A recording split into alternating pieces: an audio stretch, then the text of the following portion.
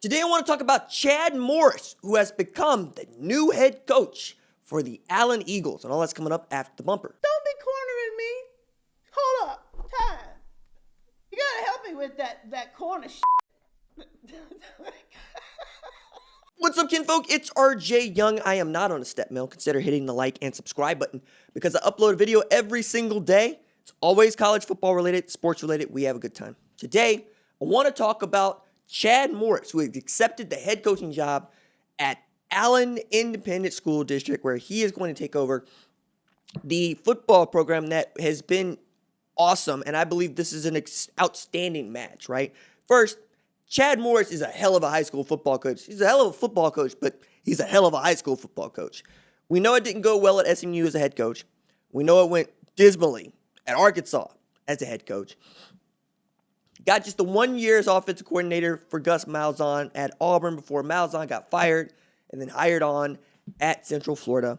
In the process of all of that, though, his kid had graduated from Highland Park in Dallas, then gone to Oklahoma, found out he probably wasn't going to have an opportunity to win the job, still won a Big 12 championship, still scored a Big 12 championship game, and decided to transfer back closer to home to Texas Christian. And all along the way, we've been asking the question, what is Chad Morris going to do? Because the rumor had been abounded that he and his son Chandler did not necessarily like being that far apart from each other, right? It's not that far from Dallas to Oklahoma. It wasn't that far from Arkansas to Dallas.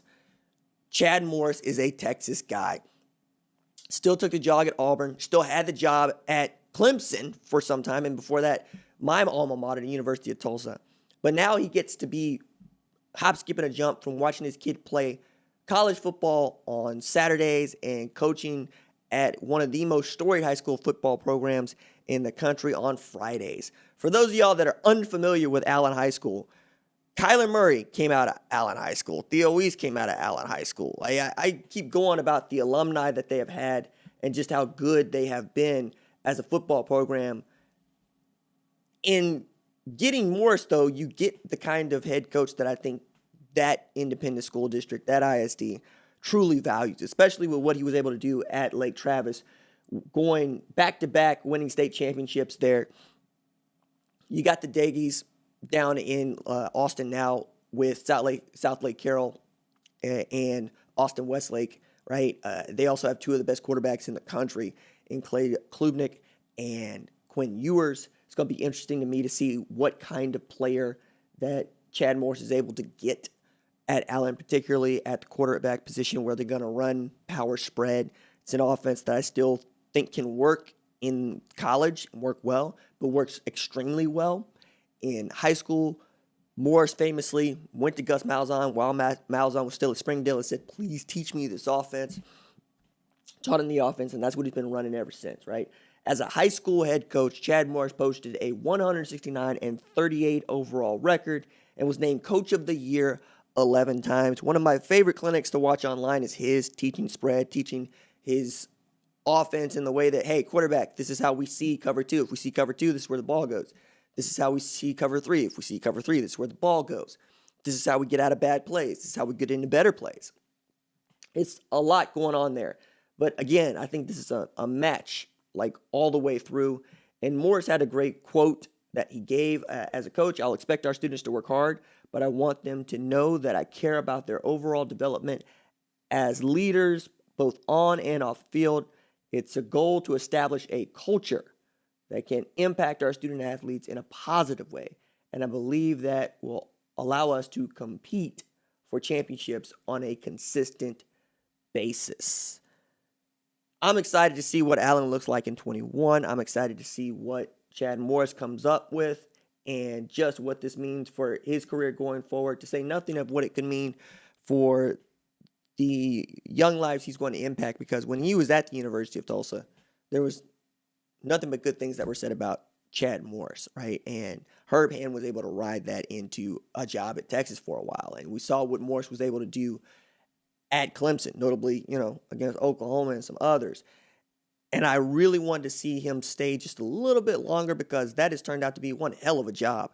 If you can be the assistant coach or an assistant coach at Clemson, especially if it's a coordinator, you can be there for as long as you want to be there, as long as you're winning, because Dabo Swinney is in no hurry to get you out the door, and he's going to pay you to be one of the highest paid dudes in the industry, full stop. It's a really cushy job, but he left it because he thought he could win at SMU, thought he could win in Texas, which, in many ways, I look at SMU the way I look at Lake Travis, the way I look at Austin Westlake, the way I look at Allen, right? You're an oversized high school with tremendous talent for what you have, right?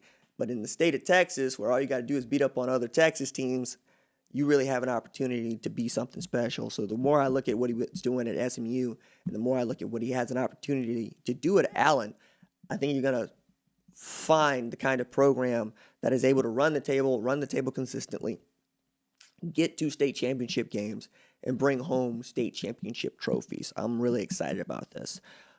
Later on today, I'm going to talk about LSU's Pro Day. It's already in the process, but I did want to update you and give you a few of the notes that I've already seen that are just kind of wowing me, because they got started early at 8:25 with bench, right?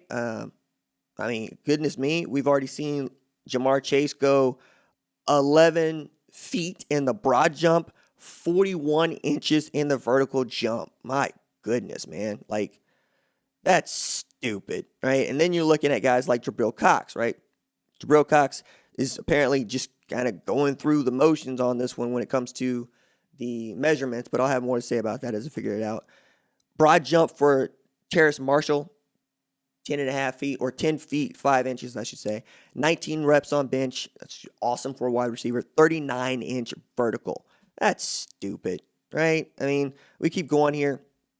So looking at Racy McMath, who went 10.4 in the broad jump, 34 inches in the vertical jump. Look at Tyler Shelvin, who is every bit of 350 pounds, 8 feet, 1 inch in the broad jump. Still got 28 inches in the vertical jump. Jacoby Stevens, 10 feet, 10 inches in the broad jump, 42-inch vertical. That's stupid. Kerry Vincent also just getting it in. 9 feet, 9 inches in the broad jump, 35 and a half inches in the vertical jump. And look, as we get more times, we get more numbers going out there, I'm going to tell you about them, especially later this afternoon. But knowing you have so many guys that are hovering around 40 inches in the vertical jump is stupid. All right, that's it for me. Deuces.